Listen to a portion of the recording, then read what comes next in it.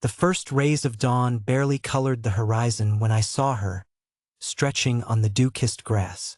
The air was crisp, carrying the faint scent of blooming jasmine that lingered from the night. The neighborhood, still wrapped in the remnants of slumber, was quiet except for the soft rustle of leaves in the early morning breeze. Fiona moved with a fluid grace that seemed to defy the early morning chill, her gym shorts hugging every curve like a second skin. Her hair was tied in a loose ponytail, strands of it catching the light as she bent forward, reaching for her toes. It was a scene that felt almost ethereal in its simplicity, as if the world had paused to watch her.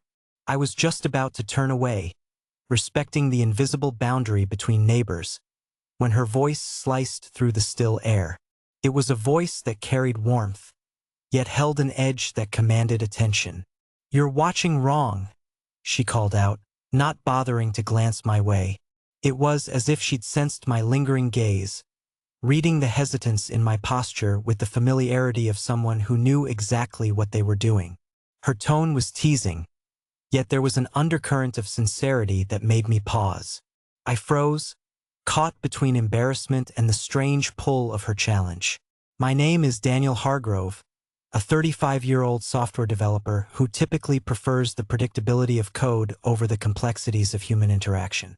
Up until that moment, my emotional state could be described as comfortably numb, but now the ground felt unsteady beneath my feet. It was as if Fiona had taken the carefully laid out plans of my life and rearranged them with a single statement. Her name was Fiona, my neighbor of 6 months, a vibrant 32-year-old with an aura of indomitable energy that seemed to ripple like heat waves around her. She was a freelance yoga instructor, effortlessly commanding both respect and a peculiar magnetism. In our suburban neighborhood, she stood out, an anomaly of freedom and spontaneity amidst neatly trimmed hedges and predictable routines. The kind of person who seemed to exist on a different frequency, drawing others into her orbit with an ease that was both intimidating and fascinating. I hesitated, unsure whether to retreat or step forward, but before I could decide, she motioned me over with the authority of a coach. It was the kind of gesture you didn't ignore, a silent summoning that left no room for refusal. I walked over, each step heavy with the weight of the unknown. The grass was cool beneath my feet, damp with morning dew, and I could feel the chill seeping through the thin fabric of my running shoes. "Here," she said, grabbing my wrist with a surprising firmness and placing my hand on her lower back. "Feel that? That's proper posture." Her skin was warm beneath my fingers, the contact electric. It felt like stepping off a ledge with no safety net in sight. I nodded, though I wasn't sure what I was acknowledging: her posture, her proximity, or the dangerous allure of her presence. There was a confidence in her touch, a certainty that made me question the rigidity of my own life, the narrow parameters I had set for myself. "You're tense," she observed, her eyes locking onto mine.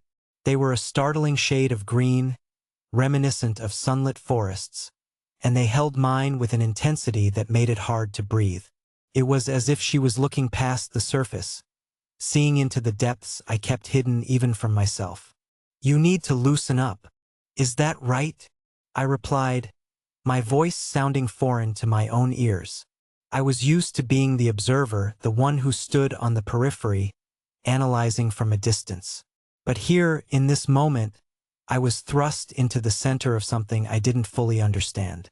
It was a role reversal that left me feeling exposed, yet strangely liberated. "Yeah," she said, releasing my hand with a soft chuckle, the sound carrying a hint of mischief. "Come on, let me show you." The next hour passed in a blur of stretches and poses, her guidance a blend of teasing encouragement and genuine instruction. There was a rhythm to it, a dance of sorts, and I found myself following her lead, drawn into her orbit. The movements were foreign to me, yet there was a meditative quality to them, a focus that quieted the constant hum of thoughts in my mind. Her voice was soothing, a gentle melody that guided me through the unfamiliar territory. As the sun climbed higher, the world around us began to stir. The sound of engines starting, children's laughter, the distant bark of a dog, reminders of reality pressing in around the edges. Yet, amidst it all, there was a bubble of intimacy that seemed to shield us, a fragile connection that was as exhilarating as it was forbidden. It was like standing on the edge of a precipice, feeling the thrill of the drop and the fear of falling all at once. We were interrupted by the sound of a door slamming nearby, a sharp reminder that we were not alone. I stepped back, the spell momentarily broken, and glanced around to see our neighbor, Mrs. Hill, eyeing us with a mixture of curiosity and disapproval from her porch. I felt a flush of heat creep up my neck, a mix of guilt and the thrill of almost being caught. Her gaze was a reminder of the societal norms we were brushing up against, the invisible lines that dictated our actions. Fiona didn't seem to mind. She simply laughed, a carefree sound that danced on the morning breeze. "Don't worry about her," she said, waving off the unspoken judgment. "She's always been a busybody." Her nonchalance was contagious, a dismissal of the weight of expectation that had settled on my shoulders. But the moment had shifted, the easy camaraderie replaced by a tension that lingered in the air like a storm cloud. I realized then the precariousness of the path we were treading, the thin line between neighborly friendship and something else entirely. It was a realization that brought with it a sense of vulnerability, an awareness of how easily the balance could tip. In the days that followed, I found myself drawn to the window more often, watching for signs of her. It became a morning ritual, an unspoken anticipation that tugged at the edges of my routine. Though we spoke little beyond polite greetings, there was an unspoken understanding, a silent acknowledgement of the boundary we dared not cross. It was a dance of glances and half-smiles, a communication beyond words that kept the connection alive. One evening, as I was taking out the trash, I spotted her sitting on her porch, a glass of wine in hand. The setting sun painted the sky in hues of gold and crimson, casting a warm glow over her features. She looked like a portrait come to life, a vision of serene beauty amidst the mundane backdrop of our suburban street. I hesitated, the familiar pull of curiosity and caution warring within me. "Care to join me?" she called out, her voice carrying over the distance with ease. I paused, the invitation hanging in the air like a thread waiting to be tugged. It was a simple offer, yet laden with implications. I knew the risks, the precariousness of indulging in something that could unravel the careful order of my life. Yet, there was an allure to it, a promise of something more beyond the confines of my self-imposed solitude. But I found myself walking over, drawn by an inexplicable need to be near her. The evening air was cool, a gentle breeze rustling the leaves as I settled into the chair beside her. The world seemed to shrink, leaving just the two of us in a cocoon of twilight. We talked about everything and nothing, our conversation a tapestry woven from shared stories and comfortable silences.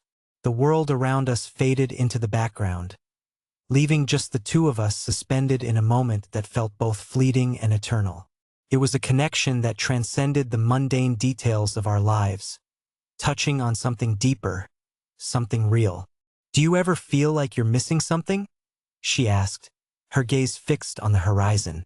Her voice was soft, almost wistful, as if she were speaking to the universe itself. The question lingered, a ripple across the surface of our conversation that hinted at deeper currents. I nodded, understanding the weight of her words. There was a part of me that had always felt incomplete, a hollow space that I tried to fill with work and routine but never quite succeeded. It was a void that echoed with the absence of something I couldn't name. "Yeah," I admitted, my voice barely a whisper. "Sometimes." Her hand found mine, a gentle squeeze that spoke volumes. It was a gesture of solidarity, a reminder that we were both navigating the uncertainties of life, searching for something more. There was comfort in the shared acknowledgement of our imperfections, of the struggles that lay beneath the surface. As the night deepened, The boundary between us seemed to blur, the forbidden closeness a tantalizing danger. There was a comfort in her presence, an allure that beckoned me to step further into the unknown. Yet the fear of what lay beyond kept me rooted in place. It was a delicate balance, a dance of desire and restraint that held us in its thrall. Eventually, the chill of the night drove us inside, the spell of the evening broken but not forgotten. As I lay in bed, staring at the ceiling, I couldn't shake the feeling that something had shifted, a change as imperceptible as the turning of the tide yet as profound as an earthquake. It was a sensation that both thrilled and terrified me, a reminder of the fragility of the life I had constructed. In the days that followed, our interactions took on a new depth. There was a dance to it, a careful negotiation of boundaries and desires. We both knew the risks, the potential for everything to unravel. Yet there was a thrill in the danger, a heady mix of fear and excitement that kept us on the edge. It was an unspoken agreement, a silent pact to explore the possibilities without losing ourselves in the process. One Saturday morning, as I was returning from a run, I saw her struggling with a box by her car. Instinctively, I went over to help, the familiar pull of her presence like gravity. The box was heavy, filled with the weight of things no longer needed, a metaphor for the letting go that we both seemed to be seeking. "Thanks," she said, brushing a stray hair from her face, a smile playing on her lips. "You're a lifesaver." "No problem," I replied, setting the box down with a thud. "What's all this?" "Just some old stuff I need to donate," she explained, her tone light but her eyes betraying a hint of something deeper. "Time for a fresh start." The words were simple, yet they carried the weight of a decision, a choice to move forward unburdened by the past. The words hung between us, an echo of unspoken possibilities. I nodded, understanding the subtext, the desire for change and the fear of what it might bring. It was a sentiment I could relate to, having felt the stirrings of discontent in my own life, the pull towards something different. As I turned to leave, she caught my arm, her touch a jolt of electricity. "Daniel," she said, her voice soft but urgent, "I need you to know, I value our friendship." The sincerity in her gaze was a lifeline, a reassurance that despite the risks, despite the uncharted territory we were venturing into, there was a foundation of trust beneath it all. It was a promise, a commitment to navigate the complexities together, to honor the connection we had forged. "I do too," I replied, the words a promise, a fragile agreement to navigate the complexities together. It was a commitment to explore the uncharted territory, to embrace the uncertainty with open hearts. Our relationship settled into a new rhythm, a delicate balance of closeness and restraint. There was an understanding, a mutual respect for the boundaries we'd set, yet an unspoken acknowledgement of the potential for more. It was a dance of possibilities, a weaving of connection and independence that defined our interactions. The neighborhood continued its predictable dance, life moving on in its familiar patterns. But for us, there was a new dimension, a layer of connection that colored everything in shades of possibility. It was a reminder that beneath the surface of our everyday lives lay a world of potential, waiting to be discovered. And though the path ahead remained uncertain, marked by both hope and hesitation, there was a comfort in knowing that we were not alone in the journey. Together, we stepped forward, navigating the fragile dynamic of our newfound reality, the promise of something more lingering just beyond the horizon. It was a journey of discovery, a testament to the power of connection and the courage to embrace the unknown.